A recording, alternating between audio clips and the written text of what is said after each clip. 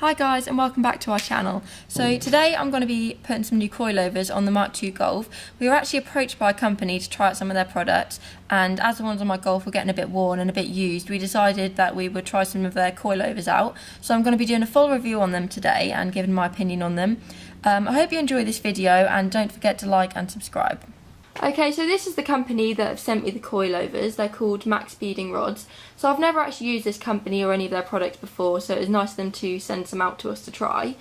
These are the coilovers that they sent me. They're for Mk2 and Mk3 Golf.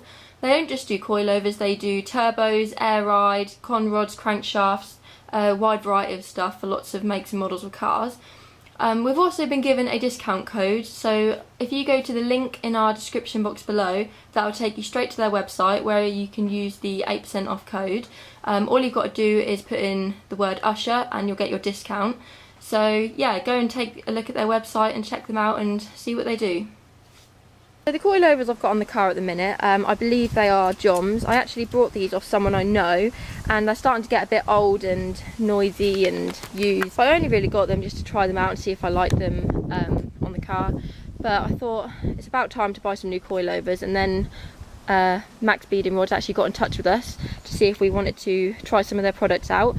And now I've got some coilovers to try out. I'm now going to get unboxing them and see what they look like.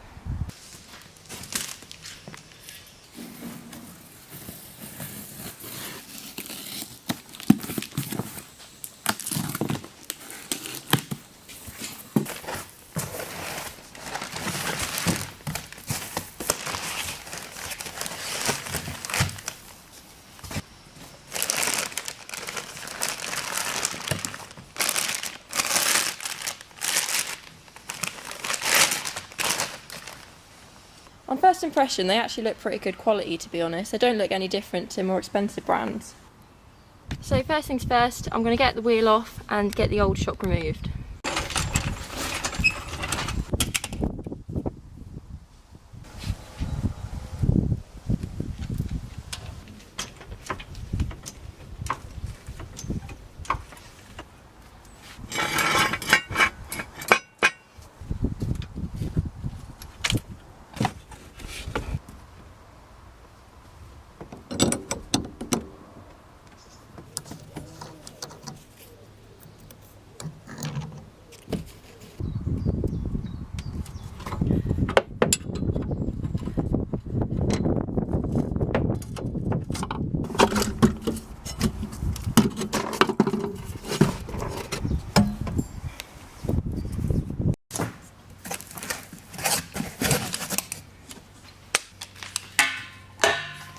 So what I've done is I've measured from the bottom of the spring to the centre of the hole, and that's given me 277 millimetres.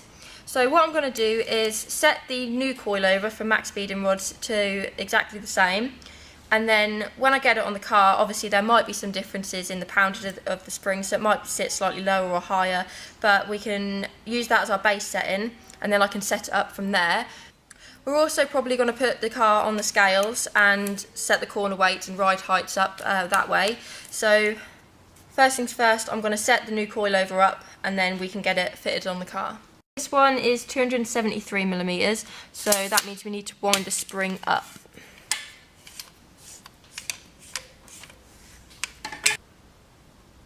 .277. Right, so we can now lock this into place. So we just encountered a little bit of a problem. This is actually the new one from Maxpeedingrods. We put all the rubbers on and there wasn't actually enough thread to get a nut on, so we just measured it and there's actually 7mm difference between the new one and the old one. So we've just took the old one and put on the new coilover, and we can now get a nut on fully, so we'll be going with that. But yeah, so that's just a bit too long, but we've sorted it now so we can get these on the car and fitted up.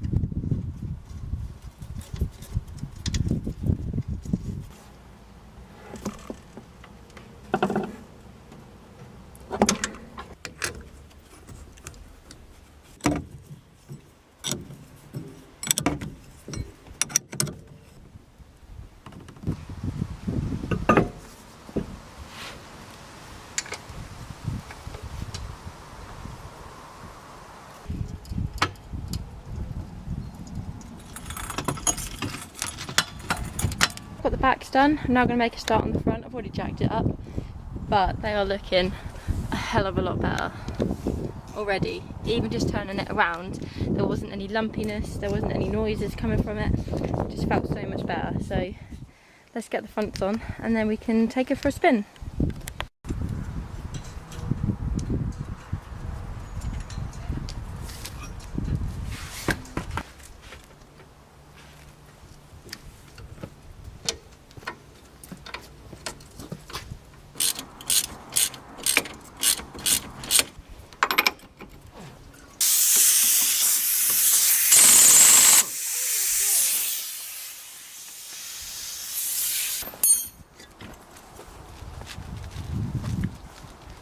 Now I've got the old one off and the top mount off the old one.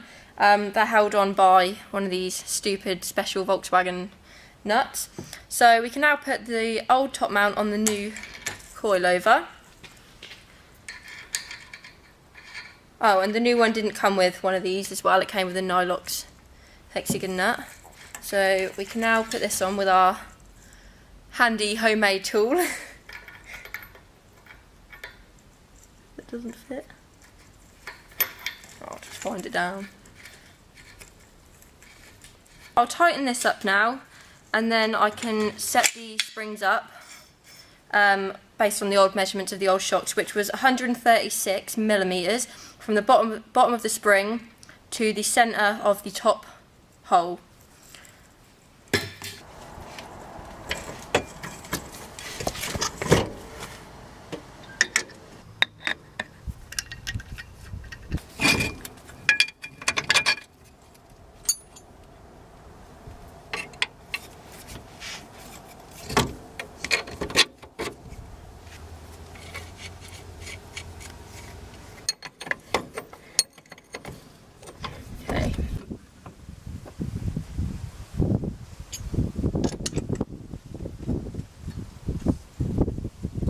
So I've been driving around on the coilovers now for about a week. The first thing I noticed when I started driving them is that they are quite firm. But the roads in Norfolk, where I live, they're all back roads, they're all very badly maintained, they're not very well looked after, and they are quite bumpy, but I did sort of feel the bumps a bit more than the old coilovers, and obviously more than standard suspension. So in terms of cornering, I'm really happy with the cornering of them, the handling, they're brilliant, because I think that's probably more to do with them being quite firm, that you can sort of chuck it into a corner and it just handles a hell of a lot better than the old ones did.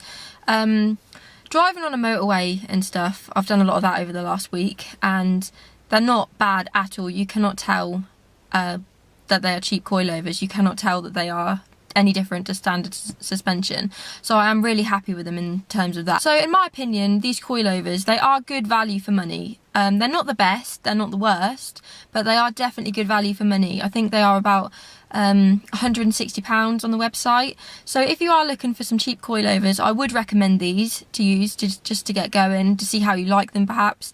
But I am happy with it. I will probably be uprating these for some higher end coilovers at some point. But for the time being, I am happy with these. They do the job well, and I'm going to continue to use them until I find some more. So I just want to say a big thank you to Maxpeedingrods for sending these out to me, and I want to thank everyone for watching this video, and don't forget to like and subscribe.